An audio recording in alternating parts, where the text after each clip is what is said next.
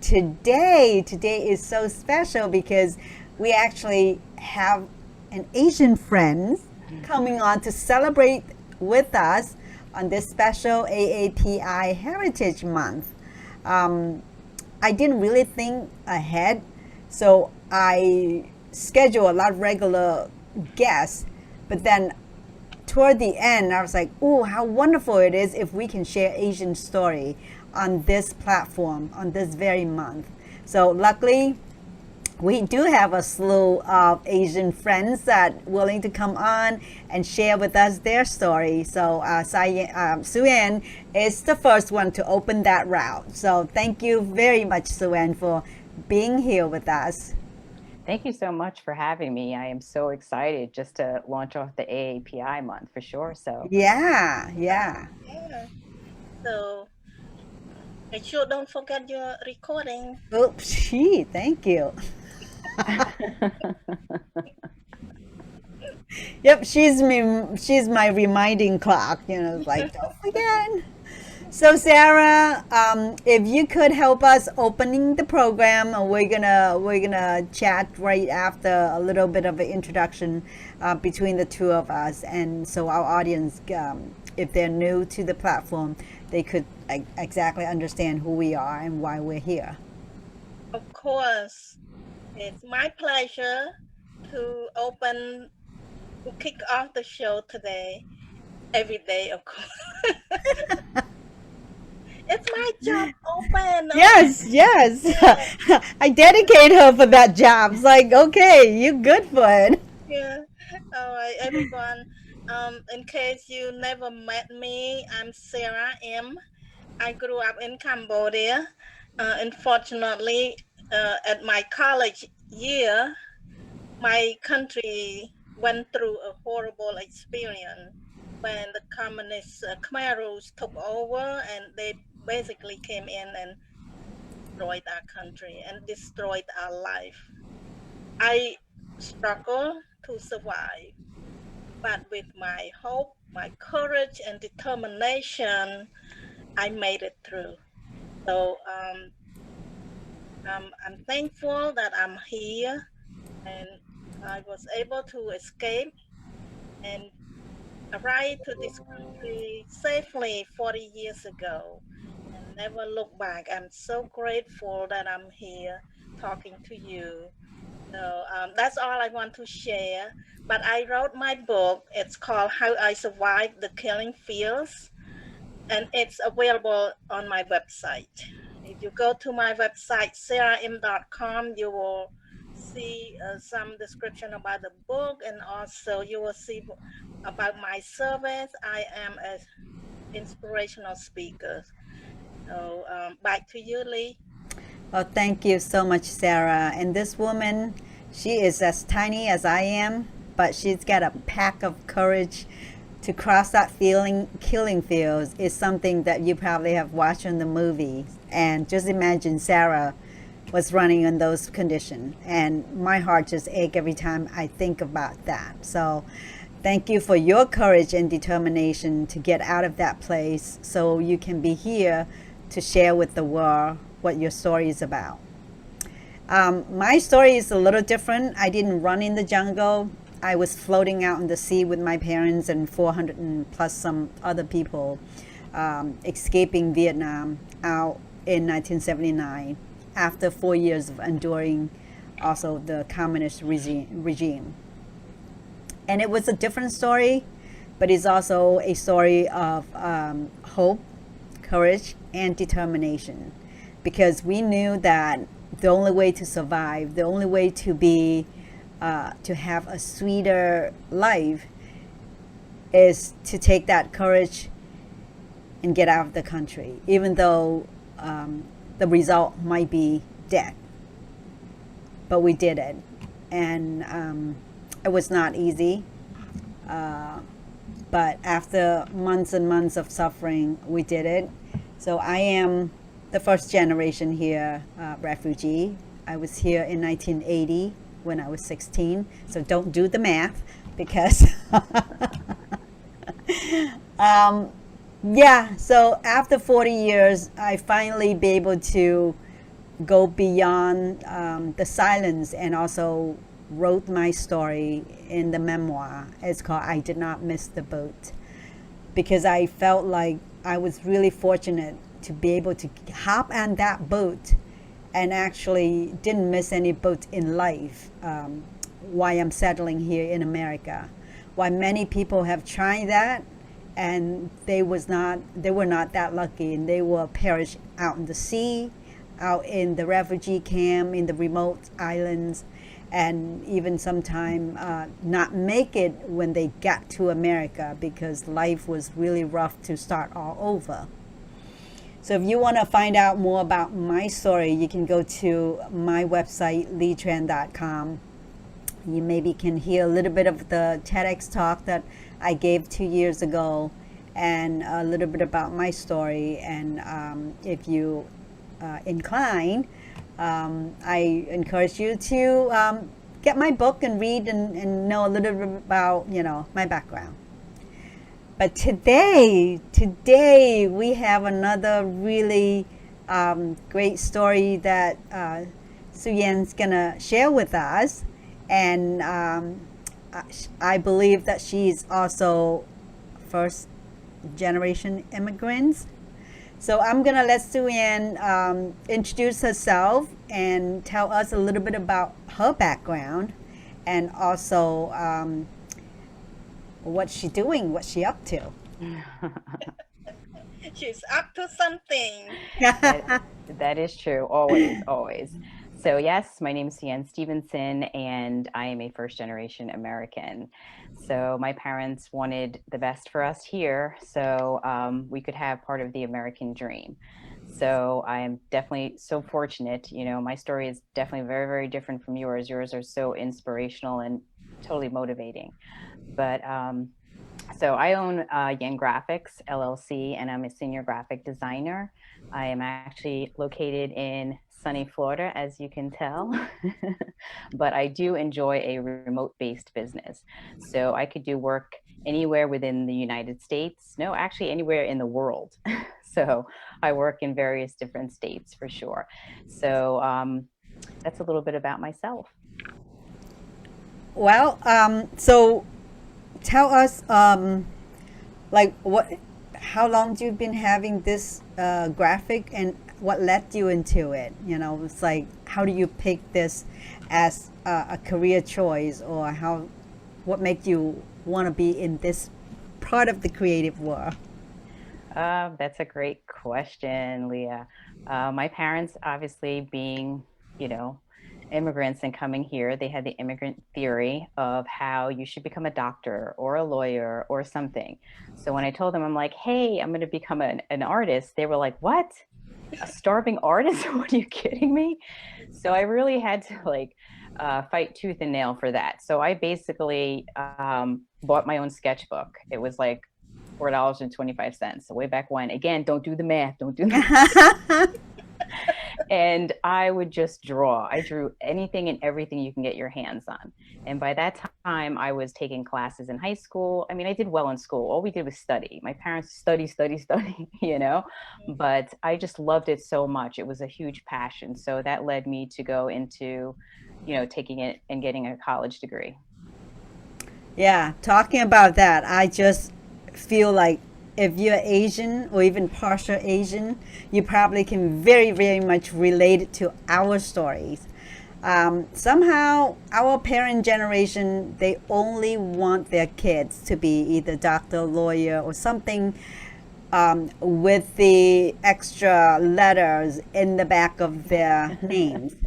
So creative, theater, even reporter are not, I don't think is in the agenda. No. Because I think that their mentality is doing something that is always needed as in society, because you don't want to be a starving artist. Yeah. And how many people are artists in America? A million, billionaires, right? But it is hard to convince our parents, because I think they have very, very practical mindset. Mm-hmm. Yeah, it took me a while because they still didn't understand even after I was working. Mm. And basically I was very successful. So I mean, I was making, good money, and they were just like, "Well, what do you do again?" Yeah. Well, yeah, it's my mom's still scratching her head. It's like, why are you getting out of a science job? You're doing well, you're paying good. But the thing is, sometimes you have no passion and you force your kid into a career that they are in for 10, 20 years, and they start to resent it. And that's not a good way to have a relationship with your parents either. So I'm glad that as much as your parents didn't like it, but they let you to pursue what you want to do, right? Yes. Yeah. So yeah, I wanna see if you can share with us, like, what's the hurdle that you jumped through in order to get your business success. So did you declare your major when you went in college that surprised your parents, and did they talk you out of it or anything? No, it was in high school. So Uh-huh. I took as many classes as I could, because at that point I've already finished most of my other like core credits. So I took a ton of art, photography, drawing, advertising 101 is when it really stuck with me, because I Uh, had one of those little art bins and a T-square, and I was hooked ever since. So, there was nothing they could do. I mean, I was up all hours of the night drawing and stuff, and I was like, but no, I can actually make money from this. mm, So, but yeah, I mean, it rolled into college. I have my degree, and I mean, it's just, it's technology. did When you you start out with a business or you work for somebody else at first? I actually had a job that I worked for someone else, I can and hear the joy. yes. So this was my last real job, or traditional job, as I like to call it. And I worked for an environmental company over in Hauppauge, New York. And my job role was basically an advertising coordinator and an art director. And yes, those are two totally different job descriptions. So my responsibility as an art director was, from concept through to completion, was to create and also produce the artworks, timelines, and maintaining budgets. For an advertising coordinator, basically what I would do is more purchasing, again, timeline and budget, but I'm also doing trade show event marketing, dealing with vendors, um, also making sure that booth design, so kind Yeah. of doing all of that. So we did a couple trade shows. I worked with their preferred print vendor, and I learned a ton of things, and just how print works. When you design, it's different from when you go to print. So all of that, I was there for quite some time, where we went through a couple of different trade shows, and their biggest trade show was in the spring. So we were working towards that, because they wanted to have all their marketing material updated for that event. So that spring trade show event came and went, but so did I. Hmm. So unfortunately, I was crushed. This was my dream job, because I actually morphed from, starting from here, and all the experience I got, that I was just like, how can I go back? So, I mean, I was the one point of contact. I was the project manager. So, I mean, where else could I go? So I had the experience, and I had the confidence that I Hmm. was like, I'm opening up my own business, because I can do Yeah. this. That's awesome. That is so awesome to take that step, because uh, unless you fire yourself, Yeah, yeah, you work for somebody else is always an iffy thing. It's like, so I really admire for that courage. But I think that, since you're talking about learning from marketing and all this stuff, and I want to say that um, doesn't matter how creative you are. I think, in my opinion, if you don't know how to market it, it's going to be a tough road um, going ahead, because marketing is so crucial, so people can know about your talent in order to tap on. So would you find that it's true? I mean, when you're in project management and other things, that what you learn, being a creative artist is one thing, but being able to get yourself out in front of a mass audience is another skill set. Oh, absolutely. Absolutely. Yeah. So that skill set boosts you up your confidence as being an artist. Well, I speak from a little bit of my experience as well. I learned about marketing after I have my own business. And my business back then, when I get out of the science world, I was a creative in the interior design field. So I fabricate window treatment. So I design and I made those window treatment. And for the longest time, I was so hesitate about marketing because that sounds such a dirty word, right?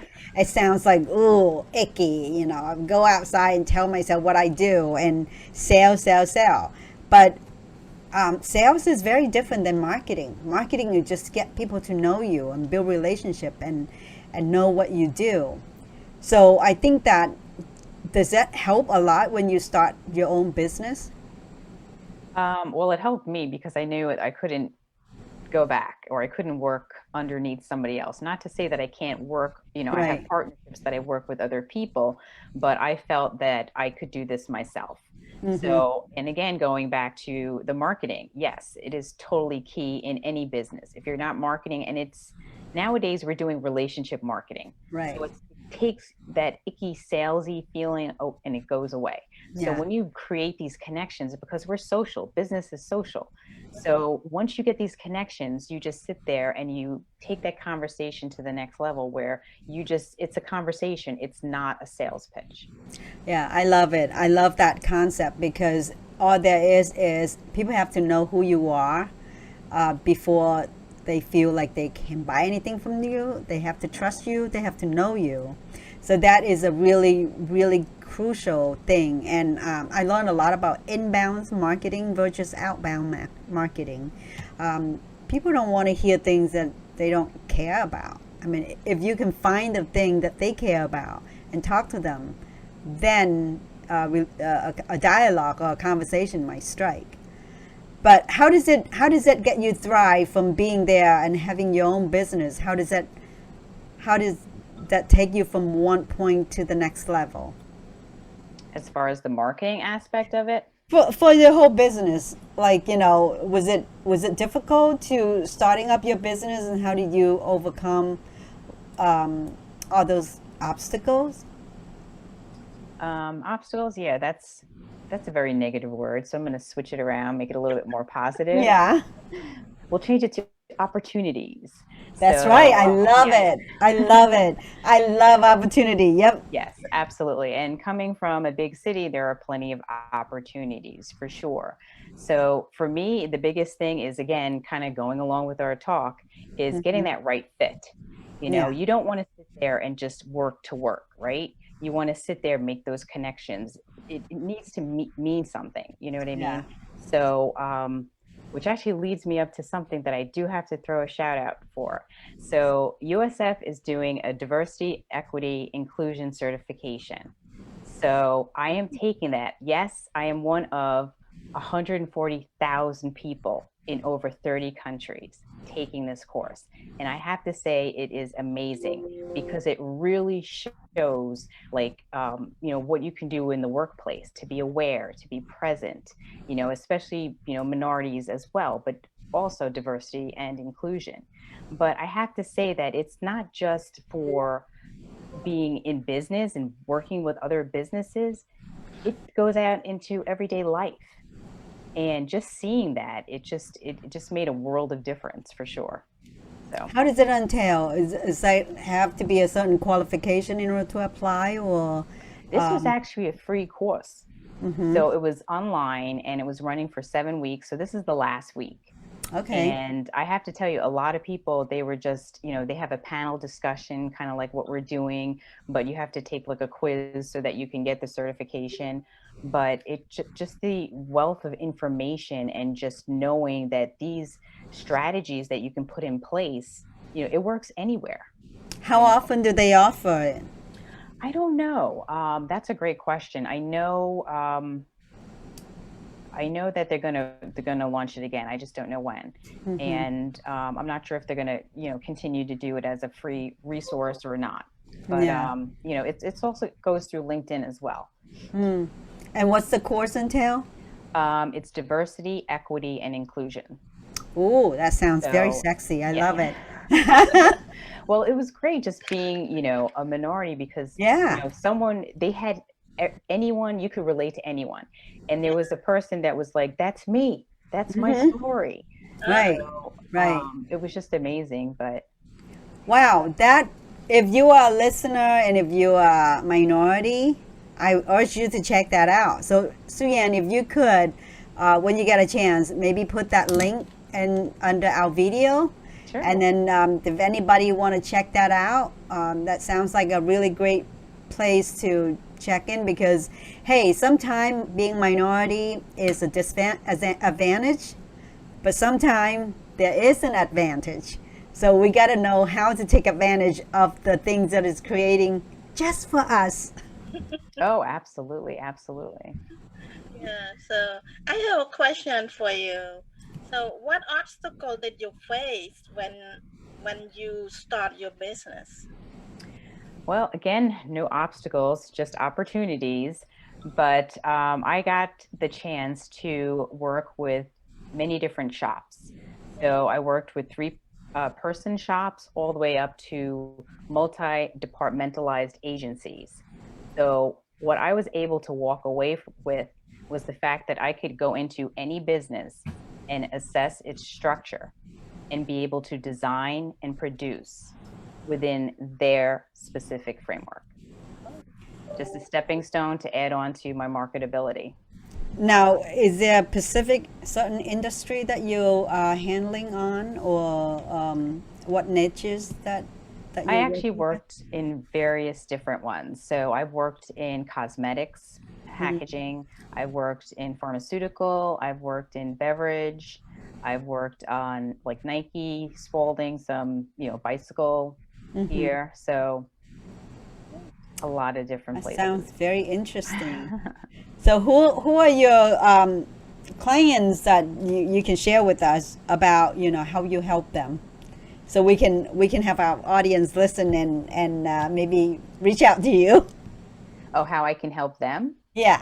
Yeah, well, share with us some example of your successful clients. Successful clients. Well, we all gauge successful in a different way. So I lean more towards, I work with for profit, but also nonprofits. So that's like designing for a cause. Mm, So that's really near and dear to me because I love being able to have something where marketing, you need to make sure that you're heard.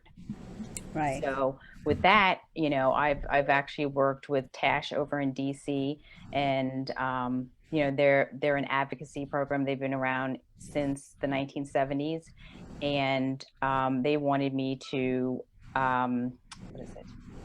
Design a logo for their new program Mm, that they were launching, and it was basically a database, a job database for various different types of um, adversities.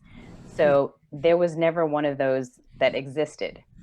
So it was actually a launch. So I was able to do that for them. And again, for me, that was really rewarding based on the fact that I'm working with something that, again, designing for a cause. mm-hmm. And another one was actually they had business cards that they also wanted to have Braille on. Mm, So to me, that was okay. very interesting because, I design business cards, but not with Braille. So how do I make this look aesthetically pleasing? That's interesting because I never So heard of a Braille on business card, which is yeah. really cool. Really cool. So again, that's their target market. So it makes sense. Why wouldn't you have this card? Right. But you wanted to also have the design, but also the functionality as well. So you're doing a lot of graphic designs and logo and also website, or just Well, I don't really primarily go over there as much, but I do logo design and branding, okay. packaging and display, and then Okay. trade show and event marketing. I love trade show. I miss all those trade show with all the stuff that you can browse and seeing all those new products. And Free I need swag. to, yeah, yeah. You know what? I need to hook you up with a friend who has a husband that who's doing trademark and copyrights and all kind of invention.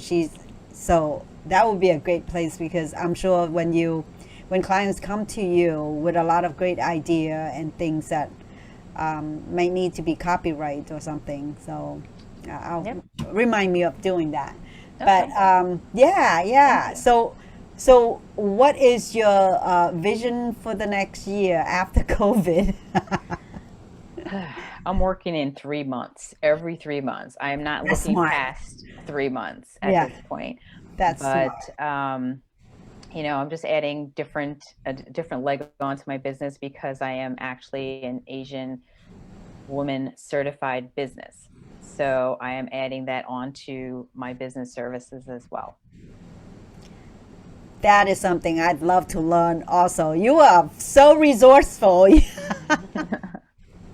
I think, a lot of time that, like I said, when I came from Pennsylvania, they have a woman-owned business that they also give out free courses to help you when you need government contract or something. If you have a course, if you've been certified as a minority woman-owned business, you can, I want to say that, have a little bit of an advantage. Obviously, people are going to reward you the job based on your capability, right? Not because that you have that stamp or that stickler and say that because I'm minority, I got the privilege.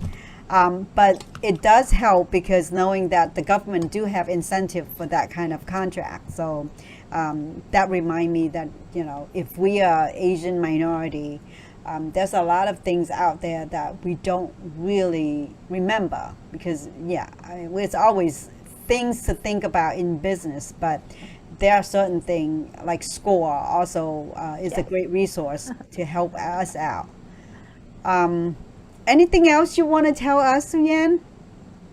Well, I just kind of wanted to continue that conversation that you just started about, the SBA, which is the Small Business Administration, because you can get certified, but not only just minority women, but also veterans. Yeah. And, that you have SCORE. There's here in Florida, you have, ECC, which is the Entrepreneurial Center over in Ybor, to tap into that. And they do have the free programs, but you can actually use that as a tool. So, you were kind of talking about, the federal government and stuff. But I know that for me, we have a lot of veterans in our family that hands down, if I see on your business card that you're a veteran owned business or, a minority owned business, certified, I will do business with you. Yeah. And it doesn't even have anything to do with the government at all. Right. That's awesome to know. There's people that keeping an eye on that. Anything else you want to ask, Sarah? Yeah, the question is that now that you start your business, you more like knowing the role and the future of your business. What advice would you give to the young entrepreneur? Well, I definitely know that we kind of touched upon it before. Um, First of all, most of the kids are seeing this probably in middle school, right? Because we're such in a huge tech age. So they're already so far advanced. So for them, I would definitely say, and I'm going to talk about the arts again, like talk to your art teacher or your career counselor. Look for these online programs. We touched upon the SBA. Now, SBA is nationwide. There are multiple chapters within your state. You can you can meet with people there, and they can help you along the way. And they can also help you, become certified. But just going, and again, SCORE and any other places that you can find these free resources, because, here in Florida, there's a couple universities that already have like an entrepreneurial track. It's great. You found your passion, right? But again, the marketing of it.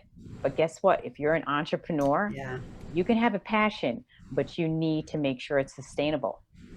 You need to And make marketing is everybody needs to learn. yes. So you need to make sure that, hey, can this sustain me? Can I live off of this? Yeah. What's my minimum viable income? Right. You know, it's not just, you know, hey, let's start this business. There's so many different parts to it. Well, I want to say, first of all, thank you so much for sharing, you know, what you do and the knowledge that you have. And it's all circling back to courage. Courage to step out of the comfort zone. Courage to ask questions. Courage to go and try it, even though you know that it might not succeed, but it might take more than 12 times. And the determination is where it's going to get you to where you want to be, or at least half the way that you want to be. I mean, I know that for me, it take a long time, and I never really satisfy where I want to be because I always want more. When I got there is no longer a place that I want to land. I want to be somewhere else. So, but that is the courage to keep moving forward. And I know that, you know, it takes a lot of courage. And thank you, Suyen, for sharing your experience of being a minority and how we struggle in business to get to where we want to be. Any last word, ladies? Well, thank you so much for having me.